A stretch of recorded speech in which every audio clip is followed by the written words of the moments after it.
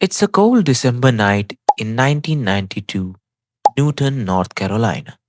Ken Charles Barger, a 47-year-old retired Air Force veteran, is tucked in bed. A tough man, a disciplined man, but also a man who really valued his beauty sleep. Now, back then, people didn't have smartphones glued to their faces. There were landlines and telephones, and if the phone rang, it meant something important, maybe an emergency or some bad news. So when Ken's landline rang around midnight, he jolted awake, half asleep, groggy, and in total darkness. He tried to reach out over to his bedside table, fumbling for the phone. And that's when things went horribly wrong. You see, right next to the telephone, Ken had kept something else. His Smith& Wesson .38 caliber revolver.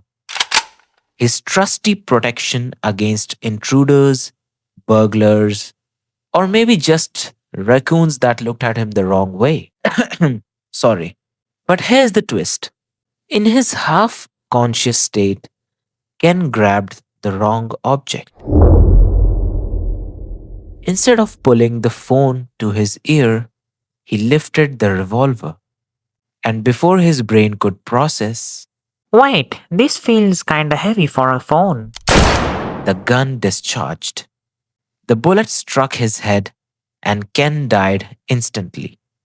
Imagine being the person who finds out that someone shot himself while picking up your call. And let's be real, Ken was an Air Force veteran, a man trained with weapons. He knew safety, but it only takes one sleepy mistake for even the most disciplined person to become a headline. The cruel irony? Ken survived years of military service, Cold War tensions, and God knows what else, only to be taken out by something that was meant for his own protection. Let's travel back to 16th century China, a time of emperors, dynasties, and among them, a man named Wan Hu, with the absolute wildest dream space travel. And remember, this was the 1500s. No NASA, no SpaceX, not even duct tape, just pure ambition and an explosive idea.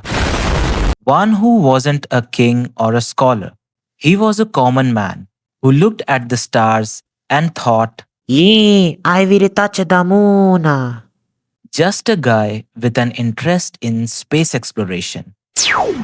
Once during the New Year festival, he was enjoying the fireworks. He saw the rockets go high up in the sky, and that is when a genius plan kicked in. He started inventing his masterpiece in his courtyard.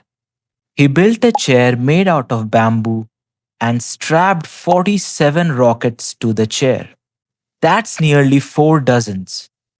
And obviously, he was smart enough, so he also attached two kites acting as wings for his spacecraft.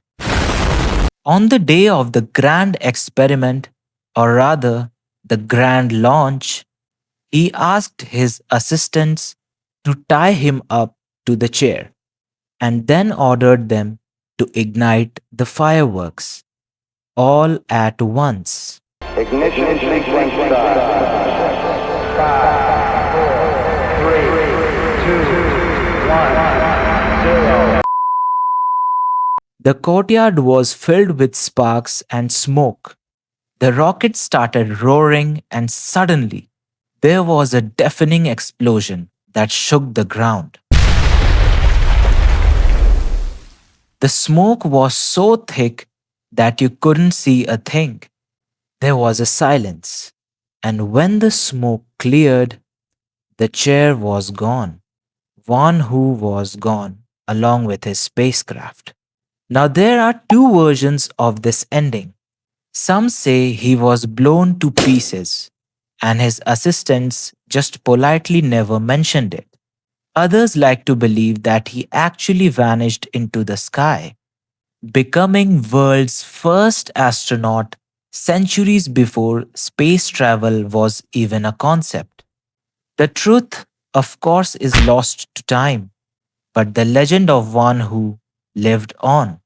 In fact, he was honored centuries later when the International Astronomical Union named a crater on the moon after him. I mean, technically, he made it to space, just not the way he imagined.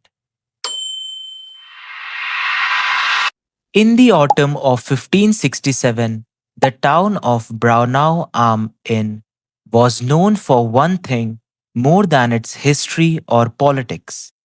It was the birthplace of a famous personality who did a lot. Do not mess with the timeline! It was known for its mayor's beard. Hans Steininger wasn't a war hero or a philosopher, but his facial hair, that was legendary. Reportedly over 1.4 meters long, his beard trailed past his knees, dangling like a banner. Everywhere Steininger went, the beard came too. But he wasn't reckless. Most days, he'd neatly roll it and tuck it into a leather pouch on his body, or simply roll it into his pocket, out of the way and out of trouble. It was his trademark, and life was going smooth. But then came that fateful evening. A fire broke out in the town. Chaos erupted, and the mayor, ever dutiful, hurried into action. In the panic, he forgot one small yet lethal detail: securing his beard. Or maybe he didn't consider it a priority. Anyways, he charged through the smoke and crowd, and as he was about to get down the stairs, he tripped on his whiskers and rolled down an entire flight of stairs, snapping his neck in the process. The irony stings like a barber's cold shear. Wow.